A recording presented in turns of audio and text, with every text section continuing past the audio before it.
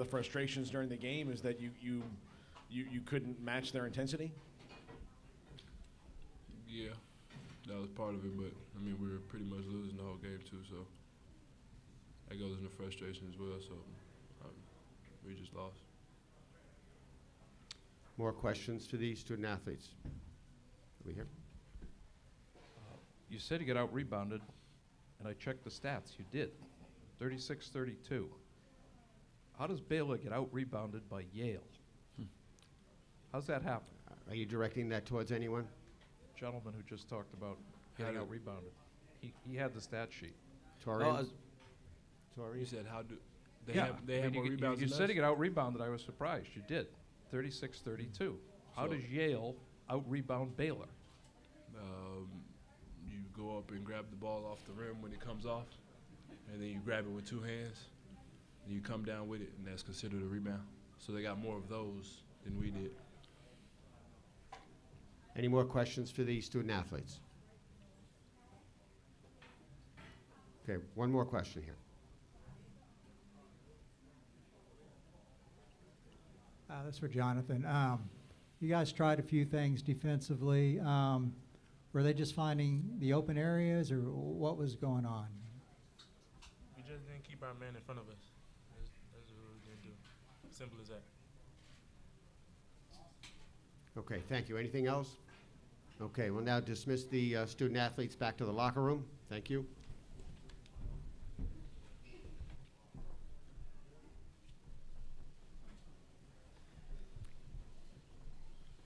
We will open it up to questions for Coach Drew. Questions?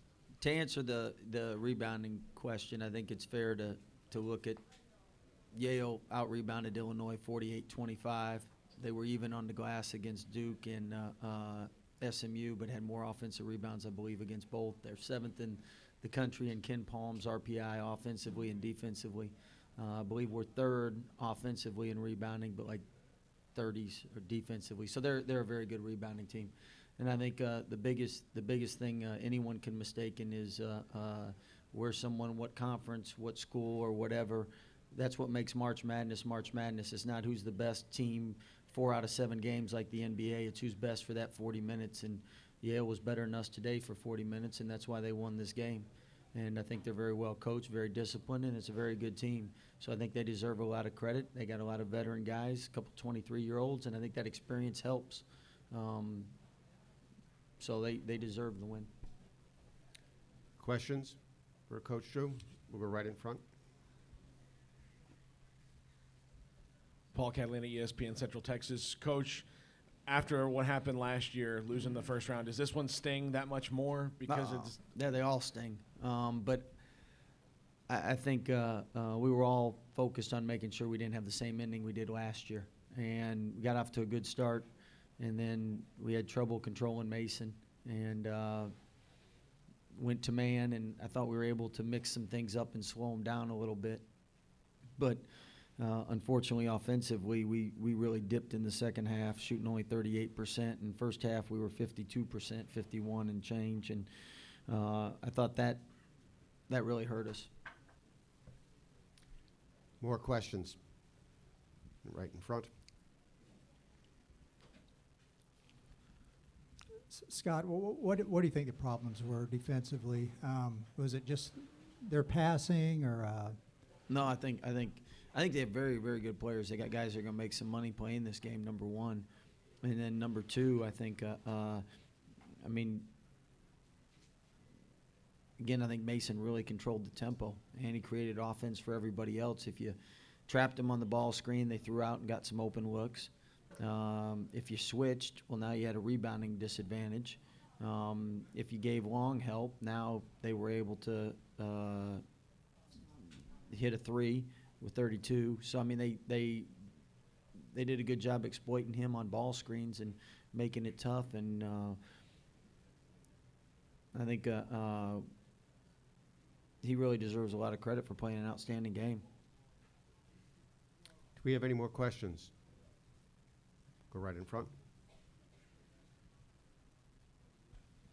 Coach, did the team lose its cool for a little bit there in the second half? Was there some frustrations where they maybe got out of their character? I think we the one thing you don't want to do is when you get down, you don't want to rush on the offense. You want to use that energy on the defensive end. And I thought on the offensive end, we took a couple for a stretch there. We took some quick shots, some bad shots, and what happens is everyone tries to make a play to get your team back. And there's no home runs. There's no 5-point shots or 6-point shots. And that was disappointing. I thought if we'd have stayed a little more poised and got some higher percentage shots, maybe the lead doesn't grow to where it did and made the comeback that much tougher at the end. Still credit the guys for fighting back to where we got the ball with 6 seconds and a chance to win the game or tie the game. And we just didn't execute at the end of the game. Any more questions? We have a question over here.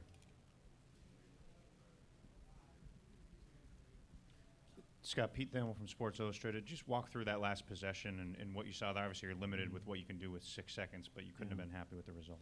Yeah, we're trying to spread them out and allow Lester to get to the paint. He had just come down and gotten a layup prior to that, but really trying to come down and create a shot for somebody else. And unfortunately, I think he slipped, lost the ball, and we weren't able to do that. But he's fast enough and quick enough to get a shot for himself or get a shot for a teammate. And he's done that throughout the year at different times and in practice. So we felt comfortable that he'd be able to create an opportunity for somebody else, or if he had a wide open layup like the last one, he would have gotten it. Okay, thank you, Coach.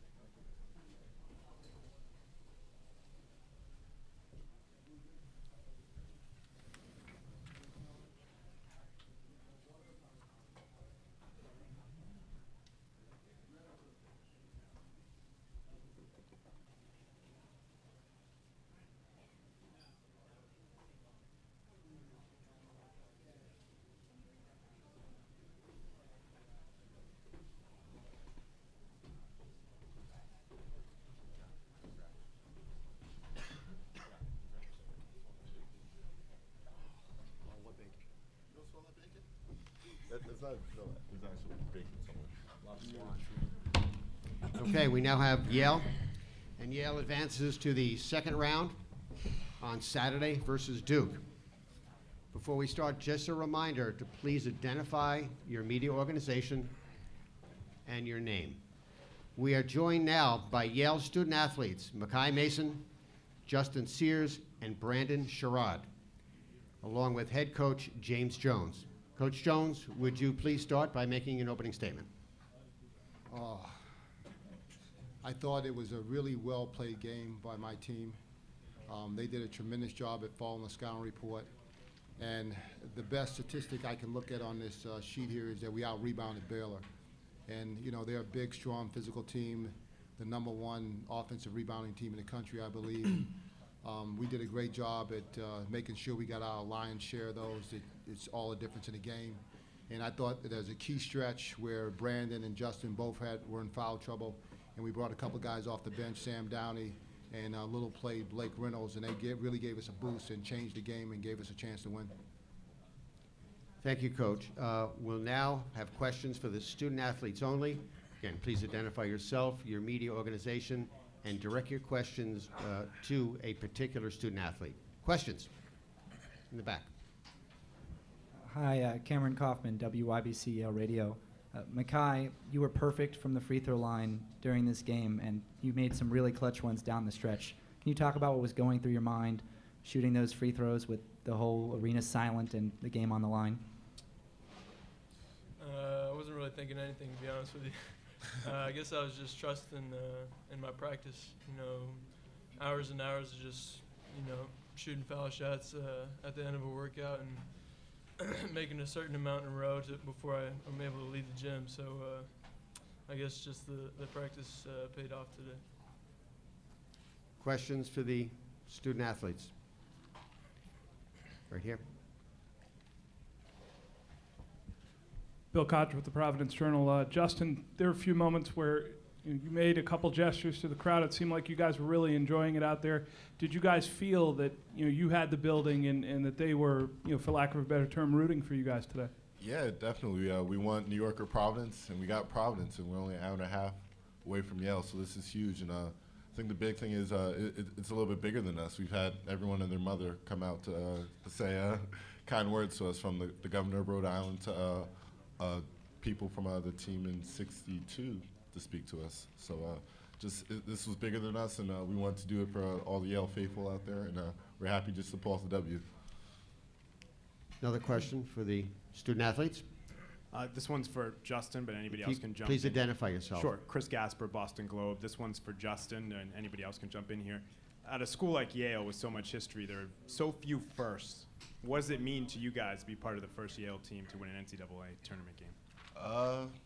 Yeah, it's huge, and Yale is it's an amazing place. You can speak to anyone there, and they're doing something special, and the history's there, the prestige is there. So just to be among the first, the guys that start off this basketball culture, to be the first to win that the big win in the tournament is huge. So everyone's gonna look back and say this is a team that this is where it started. So it's great right now. I don't think it's really hit us how big this is yet, but we're gonna take it in and get back to work tomorrow. Brandon, do you want to comment also? No, I think that was well said. I mean, I really don't have anything else. It was nice. It's always nice seeing alumni and other Yale, affiliates come up to you and talk about how long they've waited for a victory, and they give you their thank yous, and it's really special. Weekends and not able to work in my game. Must have been Rockney-esque.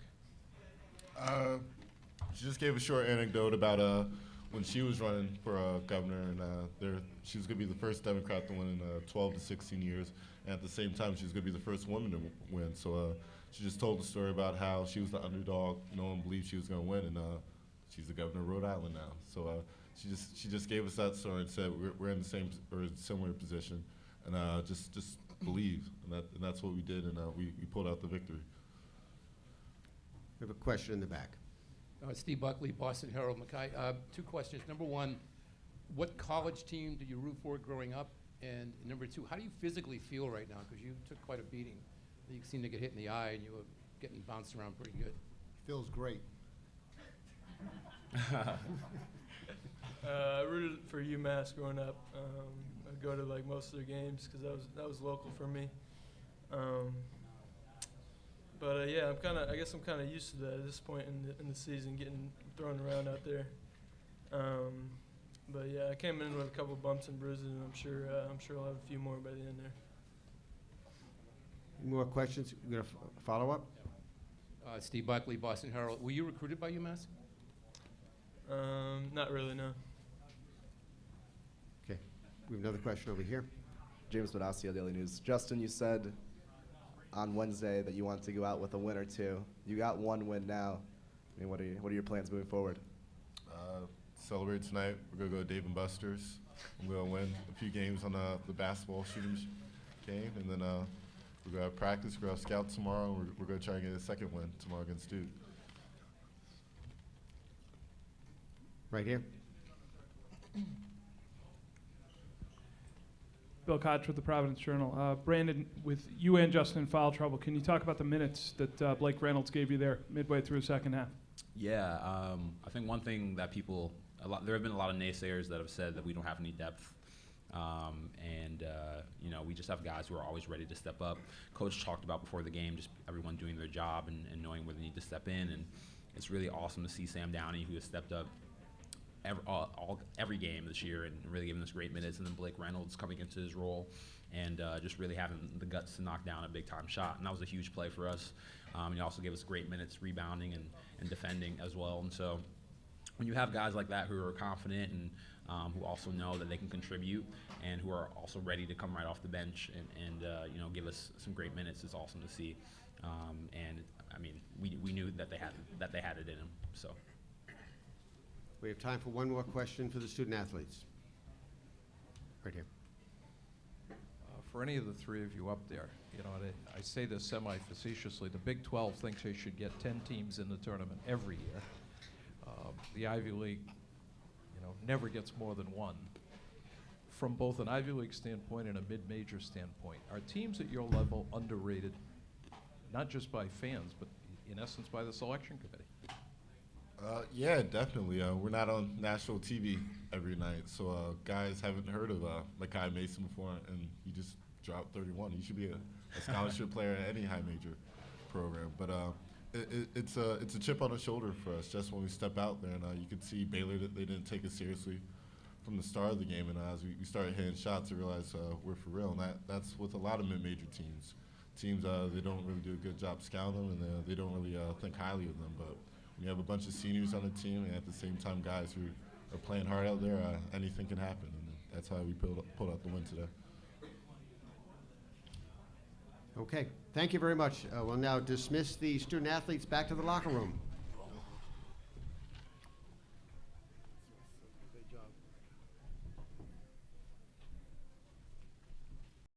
At this time, we'll have questions for Coach Jones. Questions, right up in front. Coach, could you just kind of follow up on the whole recruiting thing? What did you see in Makai early on that made you want to recruit him, and were you surprised other schools weren't so heavily involved?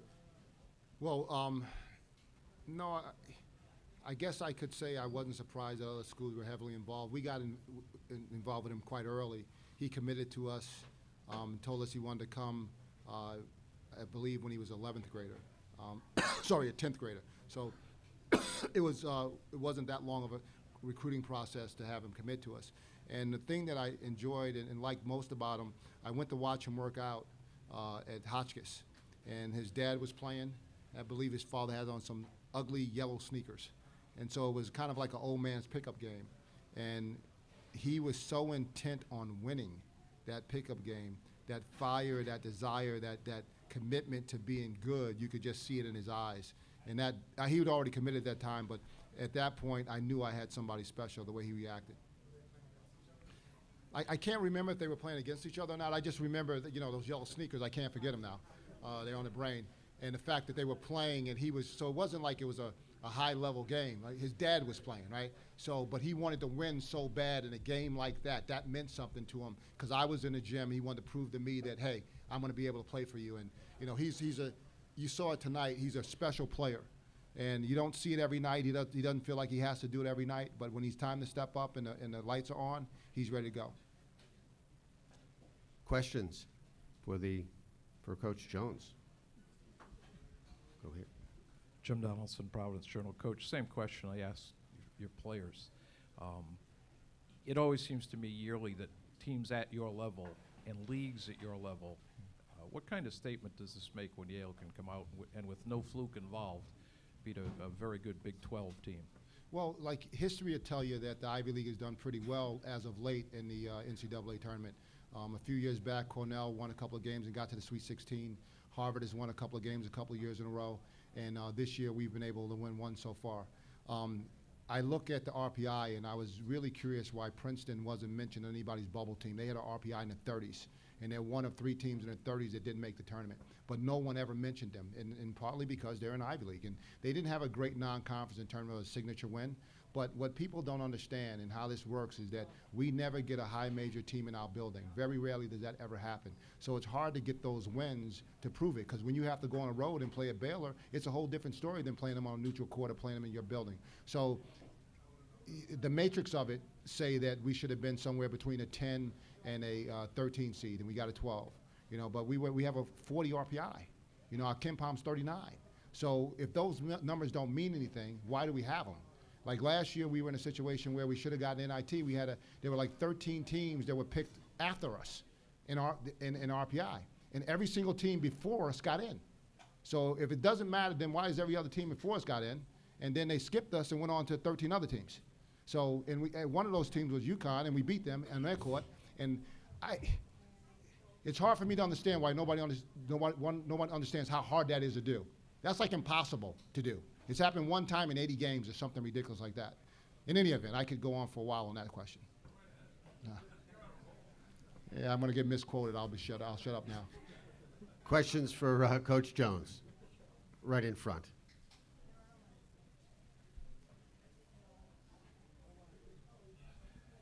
Bill Koch with the Providence Journal. Coach, I felt like there were two spots where you answered them. First was they came out, they were making shots, they had a 6-point lead, and then Makai went off a little bit in the first half. And then in the second half, they started 6-0 out of the locker room, and you answered 6-0 immediately. Can you talk about your team's ability to answer Baylor when it felt like they were starting to take a little bit of control of the game? Yeah, we've done that all season long. We've won 17 out of 18 games, or 18 out of 19 games, something ridiculous like that. And every time that it gets tight, someone steps up to get something done. So I have great confidence in my team. You know, John Wooden never used to call timeouts because he felt it was a, act of, showing that you were weak, an act of weakness. And I feel really good with this team where if somebody gets on a run, we'll answer it because of the guys we have on the floor. And they certainly did that tonight. Questions in the back. Cameron Kaufman, WIBC Yale Radio. Coach, can you talk about that little spurt of play you got from Trey Fills? You brought him in to give Makai a bit of a rest. He made a huge basket kind of to get the Yale fan section amped up and really did all that you could have asked for him for the time that you had him in the game. Well, I just want to point out, for the tournament, the first game, I bought my staff matching shirts and ties. I don't know if anybody noticed that, but we had matching shirts and ties. So I rely a lot on my assistant coaches. And Coach Kingsley came up to me during a timeout. He goes, "Do we want to get Makai a rest?" And I'm like, I don't think I want to give Makai a rest. And he asked me again, do we want to get Makai a rest, get Trey in? He's someone that we feel that's going to be really good for us down the road, and you never knew if we're going to need him at the end of the game. So we put him in the game to give Makai one possession after the timeout to rest, and we ran a play for him thinking that he was somebody they wouldn't worry about much. And we ran a back cut, he caught it, scored a layup, and Yale Nation was happy. Any more questions for Coach Jones? Evan Frondwer from the Alumni Magazine. Coach Jones, it's a Duke rematch on Saturday. Any early thoughts on that game? No thoughts at all. I'm too happy. I'll think about that after I leave the press conference and get something to eat. Okay, right here. Chris Gasper, Boston Globe. Coach Jones, you guys are now 23-0 when you've led going into the last 5 minutes. I'm just curious, the last 5 minutes of this game, how long did they seem? And in the last 7 minutes, I think you guys only had 2 made baskets. Well, it got dicey there when Justin turned the ball over out of bounds. I felt comfortable to that point. And, again, like you just mentioned, our success down the stretch. So I have a lot of confidence in these guys being able to do what's necessary. That being said, it did get a little dicey down the stretch, and I was very happy that we were able to knock down free throws that were very important. Justin missed 2 key ones that were important, but Makai stepped up. Nick Victor made the front end of a 1-and-1 or first shot, and Brandon was able to finish it off. So guys do a great job. I can't tell you how proud I am of this group in terms of what they've accomplished thus far. And it's been building for a couple of years in terms of what we've done to get to this point, and it shows tonight. Got time for one more question. Anybody? Okay, thank you.